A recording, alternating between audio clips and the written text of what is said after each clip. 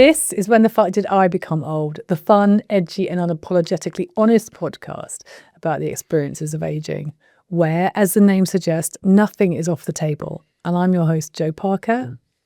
And I'm Kev.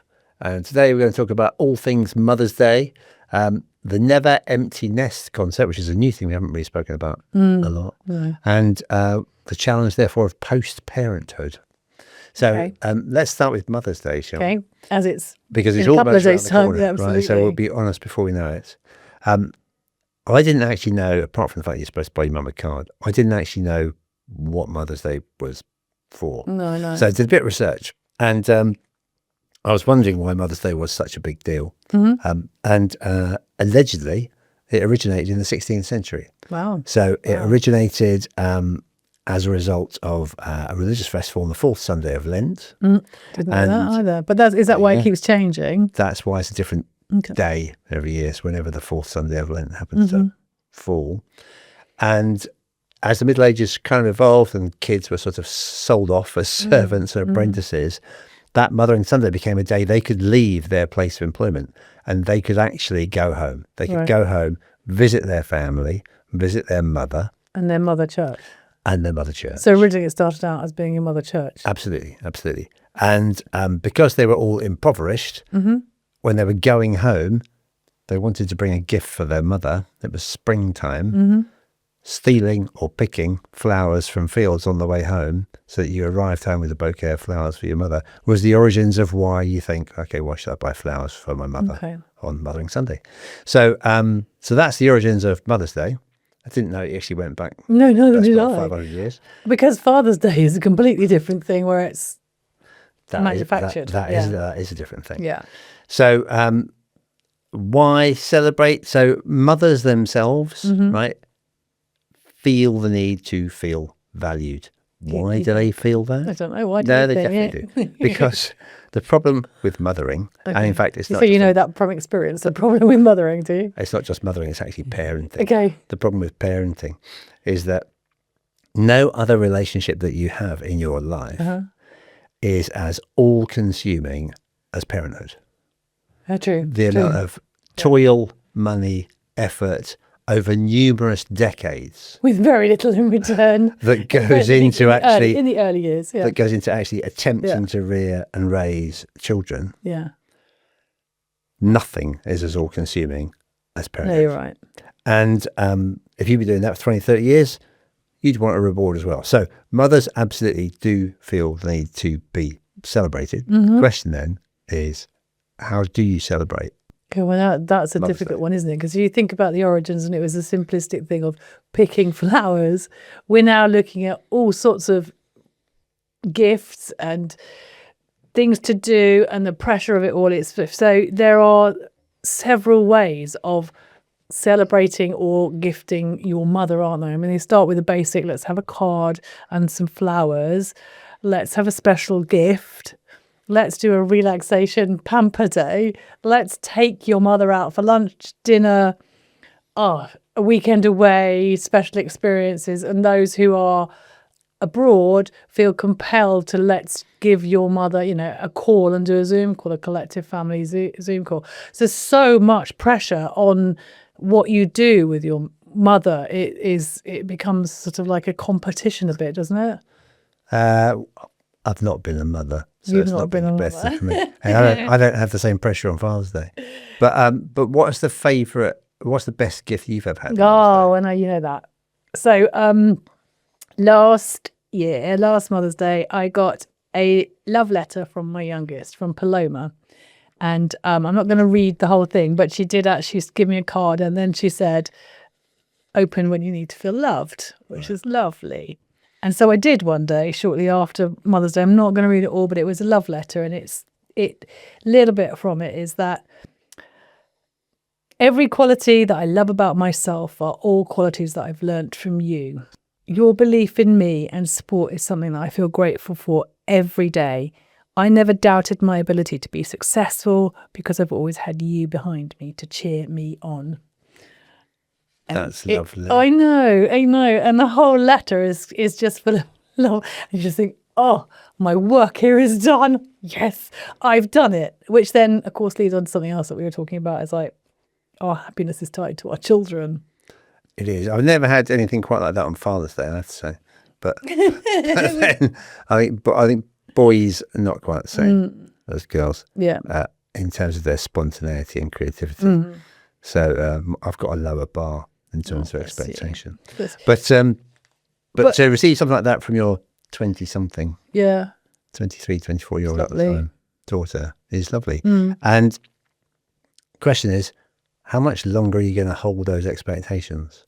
Because does being a mother carry on forever? Or at some point, are you actually done? So it's interesting, isn't it? So you're always going to be a mother, whether or not your child is with you physically, or whether or not your child is in another country, or sadly not here at all. You're always going to have been a mother if you've been a mother. But I think the question is your question you're asking is, how long do you hold on to Mother's Day? Is it really? How long do you hold on to that sort of like, I've got to be celebrated on this particular day? Yeah, because at some point you kind of think, well, surely I've done the parenting thing now. Yeah. But as we know, there's a bit of a phenomenon being observed now, which psychiatrists have actually called delayed adult development. Right. Where kids that you're raising, I shouldn't really call them kids anymore, adults, young adults, because it's all about the sort of 18 to 32 age range. All right. Young adults are actually failing to reach adulthood. So the parenting phenomenon carries on longer. So why are they failing to reach adulthood? Well, probably a number of drivers, but in terms of how they measure it or how they determine that that's even a thing, there's a couple of things that people are observing, right? So about 58% of 21 to 24-year-olds are still living at home. Right. 34% of 25 to 34-year-olds are still living at home. Wow, okay. That's much higher than was the case years ago. Yeah, but then... and the phases of sort of becoming an independent adult, when you think about being self-sufficient, that those are currently measured about 5 to 7 years later than they were when we were in 1960. When we were growing. Well, we weren't adults then, so no. When we were born. Yeah. Some other stats they've got: 40% of young adults, 18 to 35, are excessively dependent on their parents for financial, emotional, and physical support. Right. And more than 50% of parents with adult children contribute about a quarter of their child's actual income. So they supplement whatever money that young adult is earning. And then last but not least, talk about challenges of growing up. Yeah. The rates of suicide, alcoholism, and eating disorders and depression amongst young adults has tripled in the last 20 years. So why do you think that is then?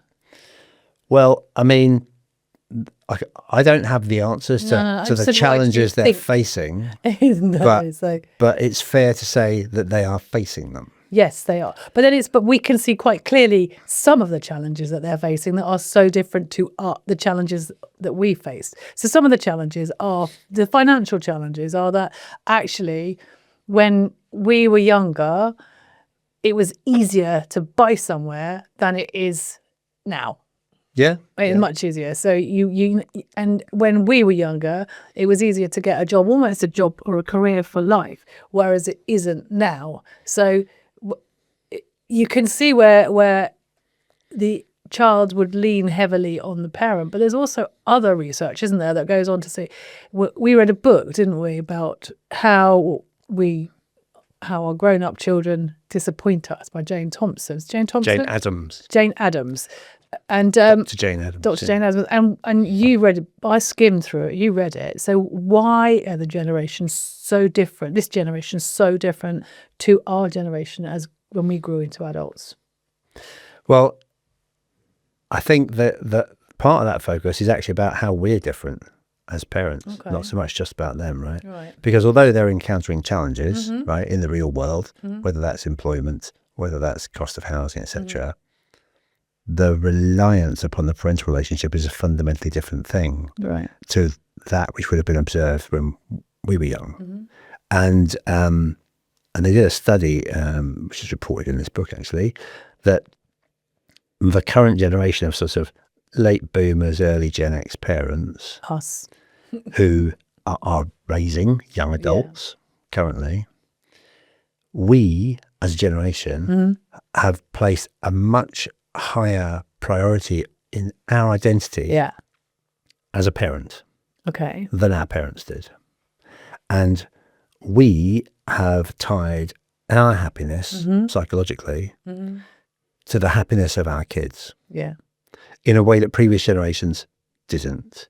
Previous generations didn't feel obliged to make you happy or make you successful. They felt obliged to do some basic things, send you to school, try and get you some sort of education, feed you, and then push you out into the world and hope that you survive on your own. But we now, as a generation, we over-parent in a way that previous generations didn't. Right? Why do we? Do you know why we did that? Does she Well, say it's a combination of social. I mean, there's a whole social evolution that's taken place, obviously, in the last 40 years, right? And it's ridiculous even trying to compare the world that our parents grew up in to the world that we grew up in, whether that be economic development, whether that be access to education, whether that be access to contraception, permission for divorce. There's a million things in society that have changed, right? But psychologically, we as a generation are driving a whole bunch of behaviours which we're now therefore complicit in. It is we needy parents. Well, we are. So we are, because we're the first generation to be active parents in the way that we are, right? To be active parents in the way that you're at all the school concerts, you're doing all the homework, you're supporting your children all the way through their academic process in a way that our parents never did, right?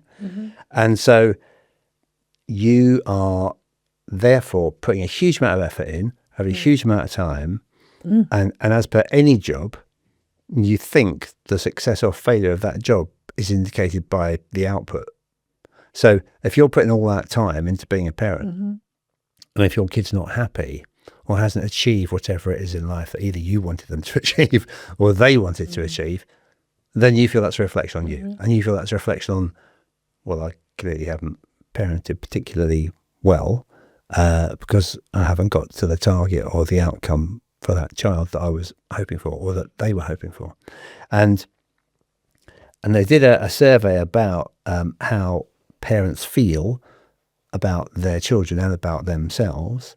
And they found that parents whose adult children had turned out well, in whatever definition that was for that particular individual, had a much more positive view on their own lives and a degree of self-acceptance.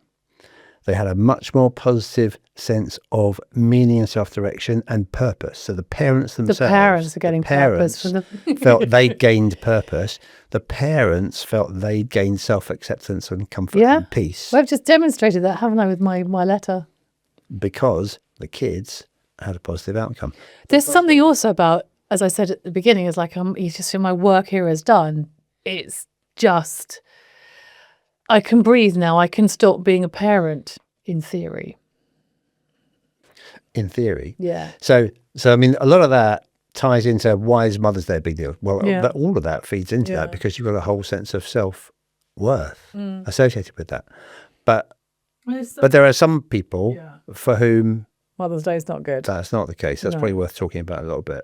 Yeah. So, I mean, the fact that we all have a mother does not necessarily mean that we all love our mother or that our mothers are alive or that we ever see them or that they've been a good mother. So it's a very, it's lovely for everybody who wants to spend time with their mother. But then does Mother's Day bring up the fact that actually you haven't got a mother, or your mother died, or you don't get on with your mother, or you lost touch with your mother, or so there's that. But then there's people that have lost children as well, so that must make it, I mean, God forbid, but that must make it, everybody else has got children and my child is no longer here, and therefore I am a mother to no one, but I was a mother, and the pain of that. So it's got to be aware of the fact that there's all sorts of negative connotations for people around Mother's Day as well. There are people who wanted to be mothers who couldn't be mothers. There are people who didn't want to be mothers who are mothers. There's all that sort of stuff that goes on with the disappointment, the guilt, the anguish that goes with it. And then of course there's, on the other side of that, the dads. There's so much pressure on the dads to get it right as well, for the children to give the mother the gift, and then the social media puts all this pressure on people to perform and have this fantastic Mother's Day. Just and actually the fact that Mother's Day is a religious celebration gone out the window. Nobody knows. It's become more of a commercial celebration. Yeah. So it is very difficult to get to the core of being a mother in terms of not leaving people out. Because there's more 30-somethings even that we know are involved in the whole IVF journey, right? And so that's a whole new level of difficult challenge. Yeah, it's difficult to navigate. People have decided they really desperately want to be mothers and haven't been able to achieve it via normal route. So and that takes over your life when you and then there's the bit where you're squashed in the middle, where you are a mother and you've got a mother. And not only that, you are a mother and you've got a mother and you've got a mother-in-law. And everybody needs to be celebrated. And you just think, the pressure just gets... So whilst it's a lovely idea to celebrate your mother, I don't think actually we should pressurize us into doing it on that certain day, and that you've got to be there. And of course, everything is expensive and you can't get to a restaurant. And it's just... So this year, I have no expectations. Emmanuel will be in China and Paloma will be in Brighton. And Paloma and I are like, well, shall we, shan't we? We haven't quite decided. And I'm quite happy to, because you're going to be away. I'm quite happy to just go, do you know what, actually, I'll just have a bath. And I hadn't actually thought about that. Yeah, you're going to be away. So I'm on holiday. Yep, so it's that hadn't occurred to me at all, actually. Mind you, I don't feel on the hook for that. I don't feel obliged. You're not on the hook for it, and you don't need to feel guilty. I'm not accountable for your I'm not mothering. making you feel guilty, by the way. Right, Just putting it on there. I'm just saying I could have a day to myself, which would be lovely, but it would be equally lovely to spend it with Paloma. We just are yet to navigate whether or not we do that. And of course, with only a couple of days left, we may not get into anything. So the spending the day by yourself thing, I had a negative experience of that when I was trying to do a Mother's Day. Okay, see? Pressure on the dad. About 10 years ago, when my kids were much smaller. Yeah. Where I thought a lovely thing to do, because like Father's Day, when my kids were small, best Father's Day for me would be somebody else deals with them, but I get a bit of peace and quiet, and I can read the Sunday papers. Watch Grand Prix. That sounds like fantastic. Fantastic Sunday. In fact, that would be like, great. Fab Father's Day. Thanks very much. Give us a card. That's awesome. Yeah. But so I kind of did the reverse of that, in that I think they had football practice or something in the morning, and I took him out for lunch somewhere because we were out anyway. Both the boys were out. So I thought, I'll take them to some soft play thing. I think we might have gone to Hobbledown, actually, just outside of Leatherhead, some big activity centre. And I was thinking, that'd be great, that'll get them really tired. And they do food there, fantastic. Mum was at home, leave her in peace and quiet. I'm thinking that she'll have had a great day. Did you tell her that's what her surprise was going to be? I didn't, because I just kind of made it up on the day. Right. And I think we got home late afternoon. I can't exactly when, somewhere between 2 and 4. And I thought, brilliant. I've given her peace and quiet for the best part of 6 hours. Kids have been out of her hair. They've been fed. They've been, run around. They're knackered. Awesome. Came back. She was furious. I bet. That, had she cooked? She hadn't had, I can't remember, but she clearly had some sort of expectation that we would spend some time together. And I thought that was the opposite. I was like, I thought you want time alone, that you get rid of the kids, so I'll look after them. But so that didn't quite work out. Yeah. So I didn't always judge it correctly. I don't think you're alone in that. I think, that's the whole thing, is the expectations versus what you actually get is not necessarily great. It doesn't always work. And then the kids don't always, when they're diddy, they get tired and they get grumpy, and they don't always perform in the way you want them to either. So there's huge pressure on Mother's Day, don't you think? Well, like I say, I don't get stressed out about it quite as much as the mums do. Okay. So the only real, apart from screwing that up, which I did do, obviously, other than that, I suppose I was fortunate in that the whole mother-in-law thing, she was in another country, so that wasn't necessarily a conflict. About that. So I only had to balance the mother of my children and my own mother, and that was pretty easy most of the time. Grab them together, get a Sunday lunch or something. Yeah. Sorted. Cards, flowers. But yeah, it's not the same for everybody. No, it And isn't. And parenting isn't the same for everybody either. So no, so coming back to the parenting thing then, so given you're all putting a shed load of effort into the whole parenting equation, there is a question there about if you hold yourself accountable for the outcome of your children. Yeah. Which is probably a fair thing to do when they're like 10, 11, 12 or whatever, and you've got a huge amount of influence over what they do and how they do it. Yeah. But then once they're like, 20, 22, whatever, in their mid-20s, you really don't have a huge amount of Even though you influence. want to. Yeah, but Because we know that really. some people in this room want to. So, Don't we? well, yes, but there's a thing there about controlling the outcome, Yeah. right, which is worth talking about. Definitely, because we can't control the outcome because they are adults. I know they're not as adult in their 20s as we were in our 20s, but nevertheless, they have their own minds. And David Beckham put it quite well, didn't he? The day after Brooklyn did his thing, he said, you've got to let them fail. And it's really difficult. It's because we are so involved, I think it's really difficult not to pick them up emotionally and go, oh, they'll be fine, here you go, here's a sweet, that kind of thing. But actually, do you know what? If you don't let them fail and pick themselves up by themselves, they're never going to be able to do it. And this generation is quite challenging as much as, you can cancel someone if you don't like what they say. I don't, if I'm nervous, it could be anxiety, and then they could label it, and everybody else has got anxiety. It's just like, so no, we need to let them make their decisions. And even though we're going, that's wrong. I have a friend whose philosophy is, if you think your child, or anyone, but if you think your child is going in the wrong direction, hasten them down to the end quickly.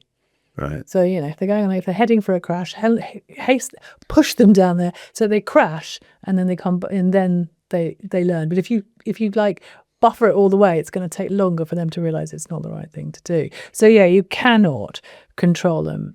And you cannot make the decisions for them. They've got to make the decisions for themselves. We've had some experience on it going wrong when we have made decisions for children. So, and that's an accountability that each parent has to come to for themselves, right? Because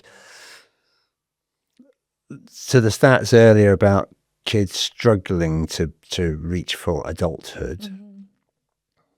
The sad truth is that the more you're complicit in trying to help them, the worse it is. The more you foster the inability of them to actually be able to fend for themselves. Yeah. Because you're always there to pick them up. And if you're always trying to protect them against every single negative outcome in life, that's kind of an infinite and endless task, right? Yeah. And at some point, actions and consequences have to sort of line up at some point in order for that learning mechanism to click in. So that's a very, very challenging thing for people to do. Easy to say, but it's quite hard to do. As a parent, you've experienced massive frustration at not being listened to and being... I have on occasion, yes. Or I have expressed my view quite strongly, and it's been completely ignored. Yeah. And it doesn't always go to plan. No, it doesn't always go to plan. But that's a very, very tricky balance, right? Because with this whole self-definition thing about how you feel about yourself as a parent, so one of the other problems that then gives you is that when you've been slogging away at it for 20 to 30 years, you then get jealous of other parents who seem to have finished. Right? So if there are parents in your peer group who seem to have finished and aren't burdened with, trying to wrestle their young adults through the challenges of the next decade, then you kind of go, well, how come they got away with it? Like, what did I do wrong? And then you get a bit more sort of focused about you as a parent and what you did or didn't do. So So there's a real difficult balance there between this sort of egotistically self-driven codependence model, where you go, for me to feel good about myself, I have to be a good parent. And you've got for to me do to be a well. good parent, I have to ensure that this human being manages to achieve the What I following want it to things, do. right? Yeah. And you may or may not ever succeed in achieving those things, right? Because the odds might be stacked against you. So at some point, you then have to face, and there's a whole chapter in that book about how do you detach yourself as a parent from the problems that your child faces, because you can't stop them from having problems. Life is full of problems for all of us, right? Yeah. Life is full of challenges for all of us. The question is, how do you deal with them, right? Well, yeah. So in this age of them, because when I was growing up and when you were growing up, there was no, no mobile phones, no texting, I was in Australia, things went wrong. My parents had no idea that it had gone wrong in New Zealand, no idea, because it's too expensive to call home. Yeah. So yeah, how do you detach yourself when you're constantly bombarded with it? So we've got this codependent relationship going on. And then, So, yeah, it's so the difficult. secret to trying to find a motivator for that comes back to the third chapter thing that we've spoken about before off the back of the happiness curve, Yeah. right? Which is that just as your kids are entering adulthood and trying to get into the first phase of adulthood, they're trying to understand what that means for them. So you as a parent are trying to leave the current phase of your adulthood, right? Because your parenthood, your post-parenthood needs to commence. Yeah. At some point, you're heading towards 50s, 60s retirement, you're going to need to change your life, right? You need to redefine who you are. You need to redefine what your life involves. And you've spent 20, 30 years raising kids. That's done. You need to find something else, right? So the challenge you've got there is that all the while that you're obsessing about still finishing the parenting, you don't have the mental capacity to focus on the future for you. So if you refuse to detach yourself or are unable to detach yourself from the challenges that your young adult is facing, then not only are they, the young adult, not only are they never going to achieve their own independence because you're still helping them and they're not really doing it for themselves, but you will fail to achieve your own independence. You're pointing at me. You will fail to achieve your own independence in the next phase of your life. Okay. So those two are intrinsically tied together. So right? with more boundaries. And you have to be prepared to let go on the one end, to give yourself freedom to explore the next chapter of your life. Now, that doesn't mean you don't care. It doesn't mean you don't love them. It means you're not responsible for solving all of their problems, right? But that's really hard to do. No, I know. And really easy to say. But the art is to find a way of realizing that without losing the love, without losing the relationship, right? But if you don't, they will never achieve independence. And if they don't, you will never stop being that parent. And you will never move on to your next chapter. So Depressed now. Okay. well, there you go. Life's full of challenges, right? So So on that positive note, so just to sort of wrap up on the Mother's Day theme then. So in conclusion, don't be so codependent. we've covered the fact that not everybody is a mother for a variety of reasons, right? Yeah. But everyone has or has had a mother. Good or bad. Who, good or bad, put in a lot of effort into your life in one way or another, right? Because they gave birth to you. Mostly, yeah. Okay, that's true. Don't overburden your kids with the expectation of how you need to be appreciated as a mother. Thank you. Give them the freedom to work that out for themselves, right? Without creating a consumer pyramid scheme. This isn't the ideal centered around you as a mother figure. And whatever your situation out there in the world, listening to this week's episode, and whether you are a mother or whether you're not, you at least use Mothering Sunday to spend some time with those that you love and those that you care about, and who love you. And that could And be celebrate. yourself. And that could be yourself, hopefully, some others, but could be yourself. But be kind to yourself and spend some time with those who you really care about this Mothering Sunday. You're away. I'm away. I'm spending time with a friend of mine who I do care about. Yeah. I do love him in his own way. So, we'll be back with something completely different next week. Thanks Thank very you. much.